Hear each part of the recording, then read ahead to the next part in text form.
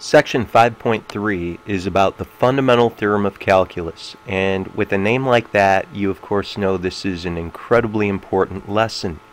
There are two parts to the fundamental theorem of calculus, and it's dealing with integral calculus.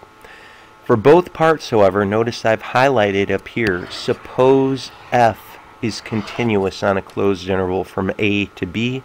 If we don't have that condition, the fundamental theorem of calculus actually won't apply. But part one is something dealing with what we call an accumulation function. An accumulation function, as g of x is written, is a function that is written as an integral with a lower bound at some real number. Here we're designating it as a, but the upper bound is x. And we'll say that we're integrating from some number up to x. This will be an accumulation function. We'll be able to accumulate the net area underneath the curve of f from a starting point of x equals a up to whatever x value we would so choose. And g of x would represent this function. Notice that inside the integral, the integrand, we have t written here. This is known as a dummy variable. A dummy variable is just used to designate that we really aren't using x inside the integral. We're using x as the upper bound. You could let any letter inside the integral be used except for x. We don't want to confuse the x as the upper bound with the x inside. But obviously what I've underlined over here though is that g, this function which is an accumulation function, is actually going to be an antiderivative of f. We're going to talk a lot more about that in this chapter and how we can use it in real world scenarios. Part 2 though is what most students actually think of when they hear of the fundamental theorem. It's by far often more used version of the theorem. We can say, hey, what if we have an integral from a to b of f of x dx? How would we evaluate that? You know, so far we've estimated integrals with rectangle approximations, and obviously there is a real integral value. How on earth would we evaluate this and find it? Well, we're going to let f be any antiderivative of f, little f, on that closed interval, and then we're going to plug in the upper bound b into that antiderivative minus plugging in a, the lower bound, into the antiderivative, and subtract. I'd like to show you just how that's going to come into play. First of all, we ask ourselves, is this function inside the integral continuous from 1 to 3? Well, we'd be discontinuous at x equals 0, but we would in fact be okay from x equals 1 to 3. I'm going to rewrite this problem ever so slightly. Maybe write this as x to the 1/2 instead of the square root of x. Also write this as 5x to the negative 2. And we're going to just take antiderivatives like we did last chapter. Well, we'll bump up our power of x to the first up to an x to the second, simultaneously divide by a 2, and 4 divided by 2 is 2. Now, very quickly, take a derivative to check that you have found the correct antiderivative. You'd see that you have. From here, we're going to bump up our power of 1/2 up to one step higher. 1/2 plus 1 is going to be 3/2. So this becomes x to the 3/2, but I'm going to have to divide by that new number also of 3/2. We'll simplify that in just a moment. Look at negative 2. If I bump that up one step higher, this will become x to the negative 1. Negative 2 plus 1 is negative 1. But then I have to divide my 5 by negative 1. And then I'm going to evaluate this with the bounds of 3 to 1. Now before I evaluate this, I'm going to simplify this just a bit. We'll have 2x squared Now when I divide by a fraction, I multiply by its reciprocal. So it's 3 times 2/3, and of course that would just leave me with a 2. Realize that there's a minus 2 out in front. Right here I'd have a minus 5x to the negative 1. And then I'm going to very quickly just plug in my bounds. Before I do, I think I would just real quickly take a derivative once again, just to make sure I've done this all correctly. Remember what I've just pulled out, the 2x squared minus 2x to the 3 halves minus 5x to the negative 1 is the antiderivative. Taking a quick derivative to check it, you'd see that it is correct. Now what do? We plug in our upper bound. So that's 2 times 3 squared minus 2 times 3 to the 3 halves minus, well, this is really an 5 all over x if you'd like. This would become minus 5/3.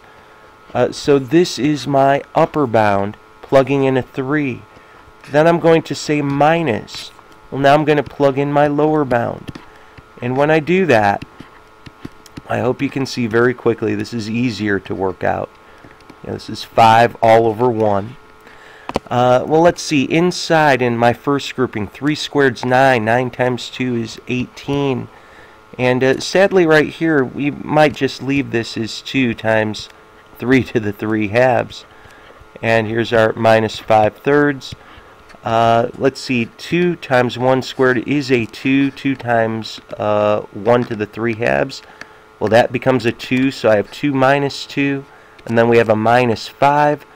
2 minus 2 is 0. Inside here I have negative 5. By the way, 18 is really 54/3. If we did that real quickly, 54/3 minus 5/3, well, that's 49/3. And then I'd say minus 2, and here's my 3 to the 3 halves. Minus a negative turns into a plus, a positive, that's a plus 5. And 5, of course, is 15/3. And up here, if I just did 49 plus 15, well, I think you could see pretty quickly that's 64.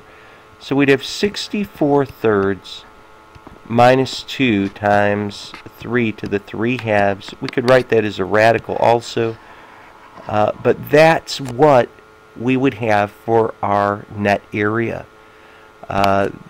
going from x equals 1 to 3. And when I say the net area, I mean bounded by this function that's very complicated with radicals and negative exponents. But that's what we could get. We don't need a rectangle approximation now. Let's very quickly take a look at this next part. Can we apply the fundamental theorem to the integral from negative 1 to 1 of 1 over x squared? The answer is no. 1 over x squared is not continuous on the interval from negative 1 to 1. You can't do an antiderivative. You can't, plug in that upper bound minus the lower bound. Can't do it at all. We'll talk about dealing with that issue later on in the year. Let's take a look at example 2 very quickly. Evaluate this next integral. Well, the first question is sine of x continuous on the interval from 0 to pi over 2? Of course it is. Well, let's take an antiderivative of sine. Well, I hope you know the antiderivative of sine would be the opposite of cosine. The opposite of cosine. So, my goodness, what do we have here? Well, double check that you're correct by taking a derivative first and foremost. The derivative of cosine is negative sine, and negative sine of x would be sine of x. So, we found our antiderivative correctly. Now what? Well, we're going to say plug in our upper bound of pi over 2 minus, well, let's plug in our lower bound of 0. The cosine of pi over 2, however, is 0. So we'd have negative 0 here. That's just 0 itself. And then the cosine of 0 is a 1. So I have 0 minus negative 1. This works out just to 1 itself. Alright, well, quick review here about even and odd functions. Well, a function is even if the following relationship holds. F of opposite x equals f of x. Here's what we've got for an even function. An even function, think about one of the most basic, simple even functions, which is y equals x squared. What you're seeing is you have symmetry.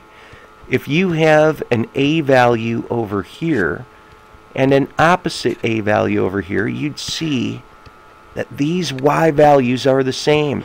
F of opposite a would equal f of a itself. This is the essence of an even function. By the way, cosine was even, and secant were even for trig functions. Hopefully you remember that. With odd functions, well, you might guess that y equals x to the third is an odd function, and it certainly is. What you're seeing is that this value of a and opposite a clearly would not be the same, but they will have opposite signs. For example, if I were to plug in a 2 into this cubic function, 2 to the third is going to be 8. But if I plugged in -2, I'd get -8. So just to real quickly point out that difference, if you have f of opposite x, then you would have the opposite of f of x. So that's even and that's odd. Let's real quickly take a look at a theorem that is just wonderful. Wow, if f is even, what we're going to have, imagine just for a moment that we had a very simple parabola. And by the way, even functions are symmetric about the y-axis. That's really what that f of opposite a equaling f of a is all about. We're symmetric about the y-axis. Well, imagine that we were integrating from opposite a to positive a. We have an amazing shortcut. We're going to say, do you know what? We could just say, just deal with 0 to a and double it. Just double it. So a wonderful rule for even functions. What about odds? Well, if we have an odd function, well, my goodness, look at the cubic function just so that you had something to have a visual with. Imagine that we were finding this integral from opposite a to positive a. Now remember, an integral is net area. The areas here are going to be congruent, except one is positive, one is negative, one's above the x-axis, one's below. So if f is odd, wonderfully, the integral from opposite a to positive a of an odd function is 0. Well, what lets you know that you might be dealing with this is the very symmetric appearance of opposite a to a. That's what's in common to both the even and the odd property. That's what we're seeing right here. For example, 3. We're taking a real quick look. We're seeing that we've got opposite a to positive a. Quick question is this an even function or an odd? I hope you can see that it's going to be an even function. Look, if I typed in f of opposite a here, we'd have the cube root of opposite a squared plus 2. Now f of a itself, well, we've got the cube root of just a squared plus 2. These two are equal. These two are equal, so this is an even function. How does this help? Because it's an even function, I'm going to integrate from 0 to 8, and then very quickly I'm going to be able to double that. Well, we're running out of time, and we're going to have to finish this problem in just a moment. But we're going to pick up from here in the next video. Stay tuned.